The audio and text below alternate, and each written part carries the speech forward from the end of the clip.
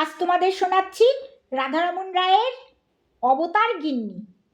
শুরুতেই ছোট্ট করে বলে নি, অবতার গিন্নি আজ ৩৫ বছর ধরে অবতারের ঘর যে আলো করে রয়েছেন, তিনি বহু দিন ধরে পাড়ার যুব সমাজে বামন অবতার নামে পরিচিত। সম্ভবত ইনি এর খর্বাকৃতির জন্যই একদা যুব বয়সে বন্ধু বান্ধবদের দ্বারা এই নামে খ্যাত হয়ে থাকবেন। কিন্তু আজ বার্ধক্যে এসে দেখতে পাচ্ছেন সেই খ্যাতি পাড়া ছাড়িয়ে বেপাড়াতেও সাড়া জাগিয়েছে। আর সেই সূত্রেই এর গৃহিণীও অবতার গিন্নি নামেই প্রসিদ্ধি অর্জন করেছেন। একেই বোধহয় প্রতিভাগ্য বলে। তবে অবতার গিন্নির নিজেরও যথেষ্ট বৈশিষ্ট্য আছে, যার দ্বারা ইনি কোনো সত্যিকারের অবতারের গৃহিণীর পদটা দাবি করতে পারেন। যেমন দৈহিক উচ্চতায় ইনি এর স্বামীর ঘাটতিটুকু পূরণ করেও উদ্বৃত্ত সৃষ্টি করেছেন, আর স্থূলতায় প্রায় বিশ্ব রেকর্ড ছুঁয়ে ফেলেছেন। ১২ হাত শাড়ি এর শ্রীঅঙ্গের কাছে যেন নিতান্তই গামছা তুল্য। এর গায়ের রং ফ্যাকাশে, অনেকটা যেন বাসি চাপা ফুলের মতন। আর মুখ দেখলেই মনে পড়ে যায় মেলায় দেখা লোমহর্ষণ মুখোশের কথা। বাপ্পার রে, চোখ দুটো যেন জ্বলন্ত ভাটার মতন, দেখলেই পিলে চমকে ওঠে। আমার মনে হয় অবতার গিন্নির মতন মিষ্টি মধুর নামটা যদি না পেতেন, ইনি তাহলে মোটা গিন্নি নামে সুখ্যাত হয়ে উঠতেন। কিন্তু তা না হয়ে যেন ভালোই হয়েছে, কেননা সেরকম সুখ্যাতির ভার ইনি হয়তো সইতেই পারতেন না। এমনিতেই রাগে ডগমগ, আর অমনি হলে তো বোমার মতন ফেটেই পড়তেন। হ্যাঁ, অবতার গিন্নির ক্রোধ বড্ড ভয়ঙ্কর। বিশেষ করে আমাদের মতন ছেলে ছোকরাদের দেখলেই ইনি যেন একেবারে তেলে বেগুনে জ্বলে ওঠেন। এমন কোনো দিন যায় না যেদিন ইনি আমাদের আদি পুরুষের শ্রাদ্ধ না করে জল গ্রহণ করেন। আর ইনি কিনা শেষকালে আমাদের পাড়ার লোকদের মিষ্টি খাওয়ানোর ব্যবস্থা করলেন। না, কথাটা একটুও আমি বাড়িয়ে বলছি না। বামন অবতার প্রায় ১০৫০ টাকা হাতে নিয়ে যেদিন চাকরি থেকে রিটায়ার করলেন, তার দিন সাতেকের মধ্যেই দেখা গেল তার বাড়ির গ্যারেজ ঘরটার, এই যে আমি আজন্ম এই ২৩ বছর এ পাড়ায় আছি, কোনো দিন গাড়ি দেখিনি। ও ঘরটার ঝাঁপ এতদিন বন্ধই ছিল। ললাটে সাইনবোর্ড ঝুলছে, তাতে লেখা আছে মিষ্টি রায়। মিষ্টি রায় নাকি অবতার গিন্নিরই স্বনাম। দেখতে দেখতে দোকানটা বেশ সাজিয়ে গুছিয়ে ইনি বেশ জাঁকিয়ে বসলেন। ইনি বলছি এই জন্য যে ইনিই তো হচ্ছেন আসল মালিক, এরই নামে সব, আর এর স্বামী কেবল হুকুমের চাকর মাত্র। দোকানে অবশ্য আর একটা চাকরও আছে, একটা অল্প বয়সী ছোকরা। সামান্য মাইনেতে তাকে বহাল করা হয়েছে। দেখেই বোঝা যায় ভিক্ষাবৃত্তি তার সম্বল ছিল। তার বেশবাসী কথা বলছে। যা বলছিলাম, অবতার গিন্নি ওরফে মোটা গিন্নি বা মিষ্টি গিন্নি দোকান খোলার প্রথম দিনেই মহরত উপলক্ষে আমাদের মানে পাড়ার ছেলেদের ডেকে ডেকে মিষ্টি খাওয়ালেন। প্রত্যেককে 2টো করে সন্দেশ আর 2টো করে রসগোল্লা খাওয়ালেন। আবার মাথাপিছু 1 টাকা করে দিলেনও। আমরা প্রথমে আপত্তি করেছিলাম, ভেবেছিলাম দাম লাগবে, কিন্তু ইনি নিজেই ঘোষণা করেছিলেন দাম লাগবে না। আমরা তো বিস্মিত হয়ে গিয়েছিলাম এর এই আকস্মিক আচরণে। দোকানের এক পাশে পাশাপাশি 2টো গদিয়াটা চেয়ার, একটাতে বসেন অবতার আর একটাতে স্বয়ং অবতার গিন্নি। এরকম জুটি শুধু দক্ষিণ কলকাতায় এই এস.আর. দাস রোডে কেন, হলিউডের পিকচারেও দেখা যায় না। আমাদের তো চক্ষু সার্থক, জীবনও ধন্য। দোকানের জন্মলগ্ন থেকেই একটা সমস্যা দেখা দিয়েছে।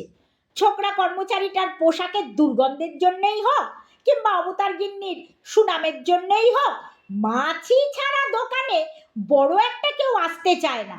অথচ খদ্দের হচ্ছে লক্ষ্মী। লক্ষ্মী না এলে দোকান সাজানো অনর্থক। তাই অবতার গিন্নি খদ্দের ধরার নতুন একটা কৌশল গ্রহণ করলেন। রাস্তায় কোনো প্রতিবেশীকে দেখলেই ডেকে নানা রকম গল্প জুড়তে লাগলেন। যার সঙ্গে জীবনে কোনোদিন কথাই বলেননি, কেবল বাড়ির সামনে দিয়ে দুবেলা চলাফেরা করতে দেখেছেন, এমন লোকের সঙ্গেও আলাপ জমাতে ছাড়লেন না।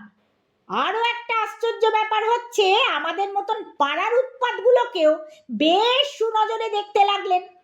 শুধু তাই নয়, ইদানিং ইনি আবার হাসতেও শিখেছেন, 6 মাসের বাচ্চার মতো মিষ্টি মিষ্টি হাসি। রজনী সেন রোডের মোড়টায় বসে আমরা লক্ষ্য করতাম, অবতার গিন্নির দোকানের সামনে প্রায় বেশ ভিড় জমে। মন্দিরের সামনে যেরকম হয় অনেকটা সেরকমই। খদ্দেরের চেয়ে দর্শকের সংখ্যা যে অনেক বেশি, তার প্রমাণ আমরা অনেকবার সচক্ষে দেখেও এসেছি। আমরা দেখে এসেছি মিষ্টি আগেও যেমনটা সাজানো ছিল এখনো প্রায় তেমনই আছে। ভিড়ের দরুন মিষ্টির পরিমাণের বড় একটা হেরফের হয়নি। আমরা ছেলেরা অবশ্য মিষ্টি রায় থেকে দ্বাদশ হাতেরও অনেক বেশি দূরে থাকি। এর কারণ আমাদের ব্যাচের সবাই প্রায় ঠেকখালির জমিদার। তার ওপর দোকানের গায়ে ঝোলানো আছে একটা নোটিশ বোর্ড, তাতে লেখা আছে, ধার চাহিয়া লজ্জা দিবেন না। অতএব আমরা কোন লজ্জায় শুধু হাতে মিষ্টি রায়ের সামনে গিয়ে দাঁড়াই। অবশেষে প্রায় মাস 6 পরে লজ্জার বাণী উধাও হয়ে গেল, আর আমরাও মাঝে মাঝে দোকানের সামনে উকি ঝুঁকি মারতে শুরু করলাম। ফলে অবতার গিন্নির সঙ্গে খাতির একেবারে মাখো মাখো হয়ে গেল। আমরা বাকিতে মিষ্টি খাওয়ার সুবর্ণ সুযোগটি এরপরেই পেয়ে গেলাম। একে বৃষ্টি, তার উপর বাকি, মাসখানেকের মধ্যেই আমাদের মধ্যে যারা টিউশনি করি তারা পরের মাসে কিছু কিছু শোধ করলাম, বা যারা চাকরি করে তারা পুরোটাই শোধ করে দিল। আর যারা কিছুই করে না, কেবল বাড়ি থেকে হাত খরচাটা সংগ্রহ করে, তাদের বাকি রয়ে গেল। কিন্তু পরের মাসে বাকির মোটা অঙ্ক আরও মোটা হলো। এইভাবে বছরখানেকের মধ্যেই মিষ্টি রায়ের গণেশ উল্টানোর উপক্রম হলো। তখন আবার ধারে বিক্রি বন্ধ হলো। এই সঙ্গে ধার শোধের তাগাদাও বেড়ে গেল, আর ক্রমশ তা মারাত্মক রূপ পরিগ্রহ করলো। শেষে এমনটা হলো যে অবতার গিন্নির তাগাদার তাড়নায় আমাদের পক্ষে পাড়ায় বাস করাই অসম্ভব হয়ে উঠল। আমাদের গার্জেনদের কাছেও অবতার গিন্নি রিপোর্ট করতে বাকি রাখলেন না। কিন্তু আমরা হচ্ছি কলিকালের দুর্যোধন, আমাদের গার্জেনরা আমাদের প্রতি স্নেহে একেবারে জন্মান্ধ। কাজেই তারা অবতার গিন্নিকে স্রেফ বলে দিলেন যে বাকির ব্যাপারে তাদের কোনো দায়িত্ব নেই। বিকাশ চক্রবর্তী আমাদের শিরোমণি, সে একদিন আমাকে ডেকে বলল, মানস শোন। আমি তার কাছে যেতেই আবার বলল, আমি ভালো করে খোঁজ নিয়ে জেনেছি অবতার গিন্নির দোকানের কোনো লাইসেন্স নেই। ভয় দেখিয়ে দোকান বন্ধ করিয়ে দিলে কেমন হয়? আমি বললাম, আর সবাই কি বলে? আর কাউকে জিজ্ঞেস করিনি, কেননা কথাটা পাঁচকান হয়ে গেলে উদ্দেশ্যটাই পণ্ড হয়ে যাবে। এরপর কেবল একটি মাত্র উড়োচিঠিতেই কাজ হলো। মিষ্টি রায় যেন কতকটা রাতারাতি উড়ে গেল, কেবল পড়ে রইল তার খাঁচা গ্যারেজ ঘরটা। পাখি না উড়েই বা করে কি? যে কারবারে কোনো লাভ নেই, অথবা লাভ থাকলেও আমাদের মতন বাকির পিঁপড়েরাই যেখানে তার সবটুকু গুড় খেয়ে যায়, অনর্থক ঝুঁকি নিয়ে তা টিকিয়ে রাখার অর্থ শুধুই অর্থের অপব্যয়। অতএব পাখি উড়ল, গণেশ উল্টালো, আর তার একটা ভয়ঙ্কর ফলও ফলল। অবতার গিন্নি ভয়ঙ্করী হয়ে উঠলেন, কারণে অকারণে ঘরে বাইরে ঝগড়া আরম্ভ করলেন। ঘর বলতে তো তারা কর্তা গিন্নি দুজন মাত্র, আর একজন ছিল তাদের একটা মাত্র সন্তান, একটি কন্যা রত্ন।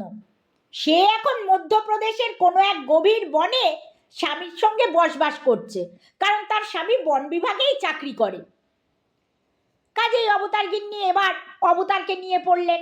অবতারের বিরুদ্ধে তার প্রধান অভিযোগ, তিনি কেবল বিশ্বের আর কি আমাদের মতো ধারের খদ্দেরদের পরিত্রাণই করে গেলেন, নিজের সংসারটার কথা মানে আর কি অবতার গিন্নির কথা একবারও ভাবলেন না।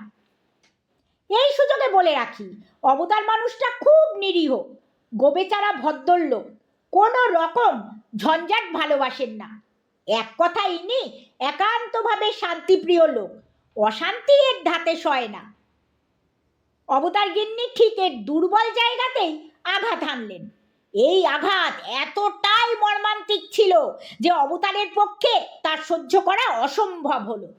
তার উপর ইনি নাকি আবার হাই প্রেশারের রোগী, অতএব মাত্র 24 ঘন্টার মধ্যেই ইনি নরদেহ ত্যাগ করলেন।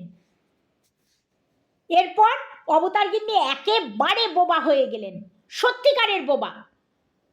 তাই বলে শেষ জীবনের কাছ থেকে সরে দাঁড়ালেন না।